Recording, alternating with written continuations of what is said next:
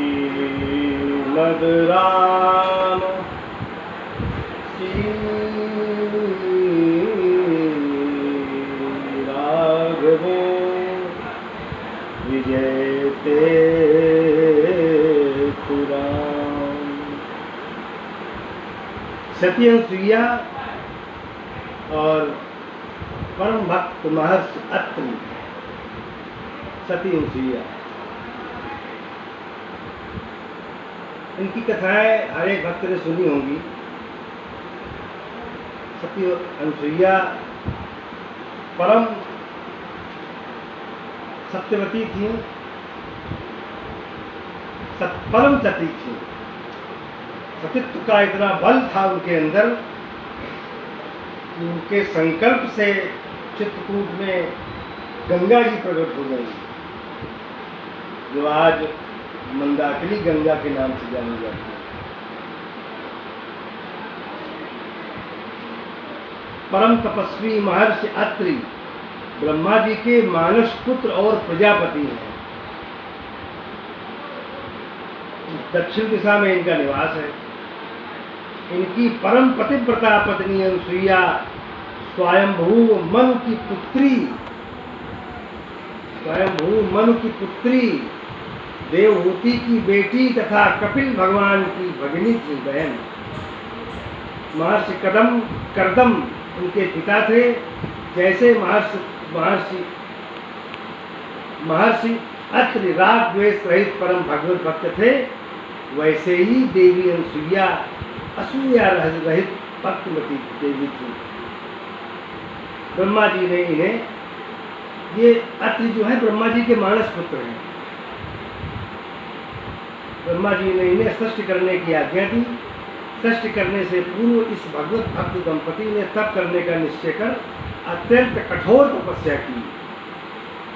इनकी तपश्चर्या का लक्ष्य संतान प्राप्त नहीं, निखिल सृष्टि के स्वामी एवं परम प्रभु को अपने सम्मुख देखना था।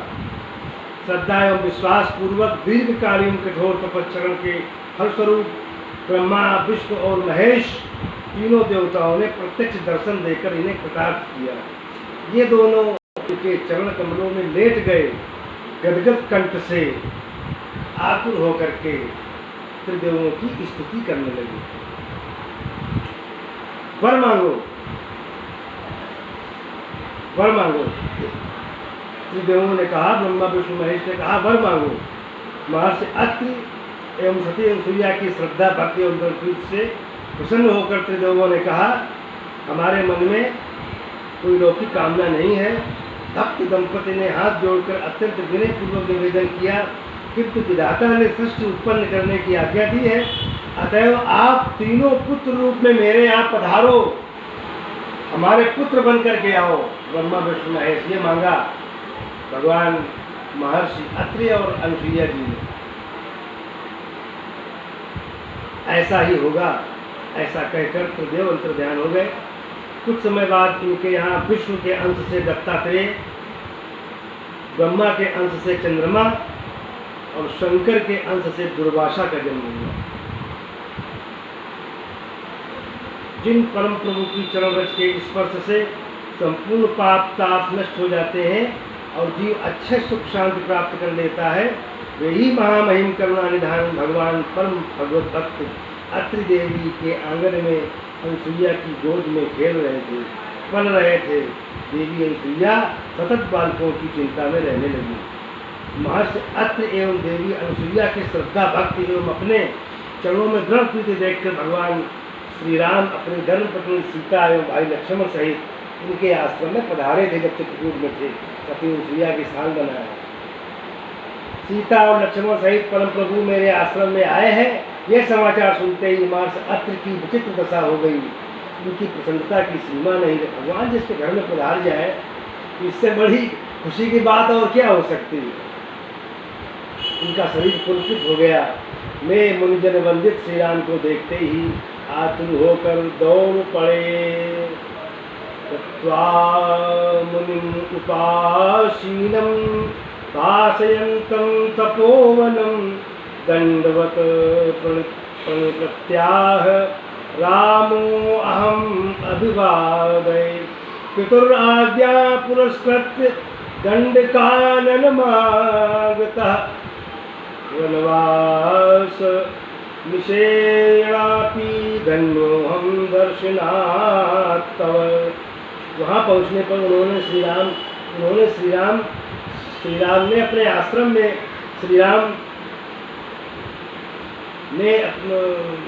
वहाँ पहुँचने पर श्री राम जी अपने आश्रम में विराजमान संपूर्ण तपोवन को प्रकाशित करते हुए मुनीश्वर के पास जाकर उन्हें दंडवत प्रणाम करने लगे। रामचंद्र जानकी कहा, मैं राम आपका अभिवादन करता हूँ, मैं पिता की आज्ञा से दंडकारण्य में आया हूँ।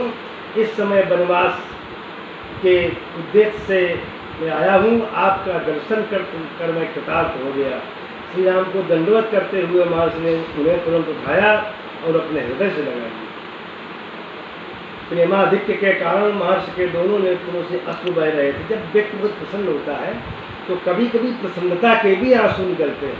खुशी में जो दुख के आंसू होते हैं वो गर्म होते हैं, और जो प्रेम के आंसू होते हैं उनको बोलते हैं प्रेमाश्रु। वो ठंडे होते हैं, शीतल होते हैं। श्री राम के अलौकिक सौंदर्य को देखकर उनके नेत्र शीतल हो गए। श्री राम के अलौकिक सौंदर्य को देख करके, भगवान की सुंदरता की कोई सीमा नहीं है, बार बार कहते हैं। ये वही लोग जान सकते हैं, हम तो नहीं जानते, हम अभी उस स्थिति में नहीं है।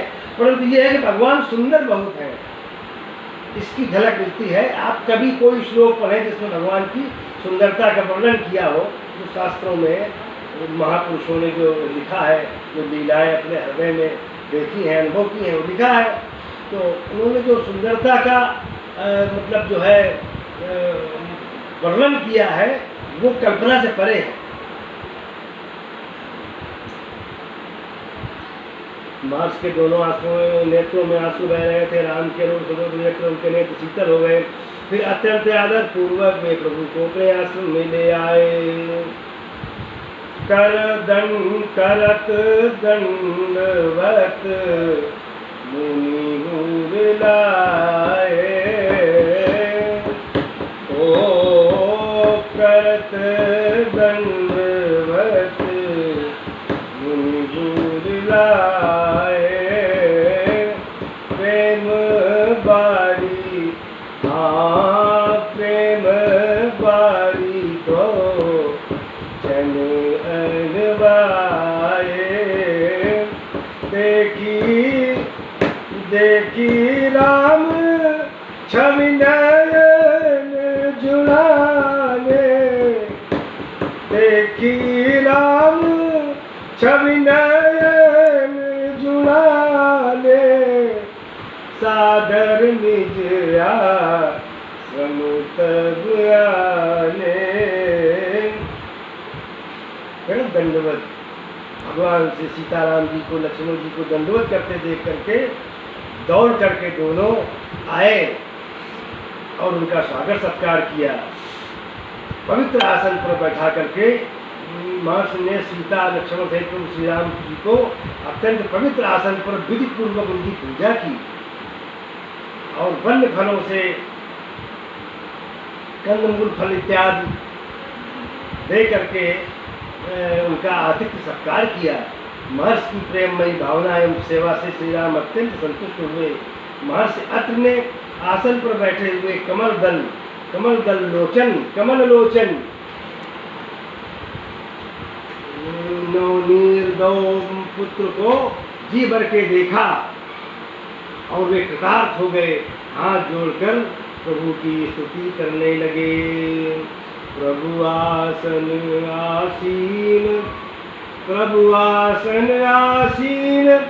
भरी लोचन शोभा निरखी। नेत्रों से उनकी शोभा, उनकी सुंदरता को नेत्र भर करके देख रहे हैं, ऐसी सुंदर शोभा है। मुनिवर परम प्रवीण जोरी पानी स्तुति करत। मुनिवर और माता उसिया परम हृदय से आह्लादित हैं, परम प्रसन्न हैं श्री राम जी को देख करके, आसन पर आसीन देख करके, और उनकी स्तुति करते हैं अत्र भगवान अत्र और देवी अनुसुईया। परम भाग्यवान महर्षि अत्र प्रभु का अपनी सुधा का पान करते हुए उनकी स्तुति कर रहे थे। प्रेमातिरेक से उनकी विलक्षण दशा हो गई। कभी कभी प्रेम में आदमी विलक्षण हो जाता है, लीन हो जाता है। संसार वाले उसको पागल कहेंगे, लेकिन परमात्मा और महापुरुष जानते हैं इनकी क्या दशा है। वो भगवान के दर्शन जो करता है उसकी ये दशा हो जाती है। वो अपने प्रेम को संभाल नहीं पाता है। प्रेम शरीर इस देह को फाड़ करके बाहर निकलना चाहता है। प्रेम, परम प्रेम, अमृत प्रेम। प्रार्थना के अंत में सिर झुकाकर परम भक्त श्री अत्रि ने अपनी तीव्रतम लालसा व्यक्त की। कर विनती कर मुनि नाय सिर कह कर जोरी बहोरी, चरण सरोरु जान जनाथ जनी, कबहू तजे मति घोर। विनती करते हैं, बार बार विनती करते हैं, चरणों में प्रार्थना करते हैं, प्रभु हमारी बुद्धि कभी भी आपसे अलग न हो। हमारी बुद्धि और हमारा मन आपके प्रेम सौंदर्य का रसपान प्रतिक्षण करता रहे अविरल रूप से। निष्कपात श्री राम उन्होंने देवताओं के कार्य के लिए अत्यंत उतावली होकर 10 रात के बराबर एक ही रात बनाई थी। वे ही ये अनुसुईया देवी तुम्हारे लिए माता की भांति पूजनीय है। ये संपूर्ण प्राणियों के लिए वंदनीय तपस्विनी है। क्रोध तो इन्हें कभी छू नहीं सकता है। विजय नंदिनी सीता इन वृद्धा अनुसुईया के पास जाएं। राम जी ने जानकी से कहा कि आप अनुसुईया जी को प्रणाम करो। पापा जी बैठिए, विराजिए। और प्रभु का आदेश पाकर सीता जी अत्यंत तपस्वी वृद्धा अनुसुईया जी के समीप जाकर जानकी जी दंडाकार प्रणाम करने लगी। अनुसुईया जी सीता जी ने प्रणाम किया अनुसुईया जी को, और अनुसुईया जी ने अपने सम्मुख सीता जी को दंड के समान पड़ी देख अति हर्षित हो बेटी सीता कहकर आदर पूर्वक उनका आलिंगन किया, और भक्ति सहित उन्हें विश्वकर्मा के बनाए हुए 2 दिव्य कुंडल, 2 स्वच्छ रेशमी साड़ियाँ दी। सुंदर मुख वाली अनुसुईया जी ने ये दिव्य अंगराग भी दिया और कहा, कमल मुखी, इस अंगराग के लगाने से तेरे शरीर की शोभा कभी कम न होगी। और जो वस्त्र प्रदान किए अनुसुईया जी ने वो कभी मैले नहीं होते हैं। वो दिव्य वस्त्र हैं, कभी मैले नहीं होते, रोज पहने हुआ हमेशा स्वच्छ सुंदर रहेंगे। वैसे दिव्य वस्त्र है। इसके अनंतर अनुसुईया जी ने सती सीता माता को पातिव्रत धर्म का बड़ा सुंदर उपदेश दिया है। माता अनुसुईया ने जानकी जी को, सीता जी को अत्यंत सुंदर उपदेश दिया है पतिव्रत धर्म का। उनसे बड़ी कोई पतिव्रत धर्म को मानने वाली कोई नहीं थी। इतनी महान जो है वो सतीत्व को धारण करने वाली है कि एक बार वो कथा इसमें नहीं दी है। एक कथानक है कि वो ब्रह्मा विष्णु महेश, वो कथा अलग है। इनकी रानियों के पास गए नारद जी और तारीफ करने लगे अनुसुईया जी की, परम सती हैं। तो इन तीनों माताओं ने कहा, पार्वती और सरस्वती और लक्ष्मी जी ने, कि हमसे बड़ा सतीत्व का पालन करने वाला कौन हो सकता है। बोले नहीं देवी, अनुसुईया जी आपसे भी बड़ी है। अच्छा, तो उन्होंने अपने तीनों देवताओं से कहा जाओ इनकी तपस्या ले। वो तीनों देवता गए। उन्होंने कहा अन्न का त्याग, वस्त्रों का त्याग करके हमें भोजन कराओ। बोले ठीक है। फिर जो संत वेश में गए थे तीनों देव, उन्होंने एक जल लिया और छींटा मारा तो तीनों ब्रह्मा विष्णु महेश तीनों बालक बन गए, बच्चे बन गए। और उनको जो है मतलब जो है दुलराने लगी। फिर किसी प्रकार से उनको पता लगा, नारद जी गए, बोले कहाँ हैं? बोले वहाँ बच्चा बने खेल रहे हैं, देखो जाए। तो वो दौड़ करके आई, माता हमें क्षमा करो और हमारे पतियों को वापस कर दो। बोले ये क्या है, नहीं लो। अब समझे में आवे कौन ब्रह्मा है, कौन विष्णु है और कौन जो है शंकर है, बिल्कुल एक रूप। तब उन्होंने जो है प्रार्थना किया, तब वो उन्होंने उनके पतियों को वापस किया। उन्हीं के अंश से ये दत्तात्रेय बने। ब्रह्मा विष्णु महेश तीनों का स्वरूप है दत्तात्रेय, 3 मुख है उनके, ब्रह्मा विष्णु महेश। अनुसुईया जी के पुत्र है दत्तात्रेय।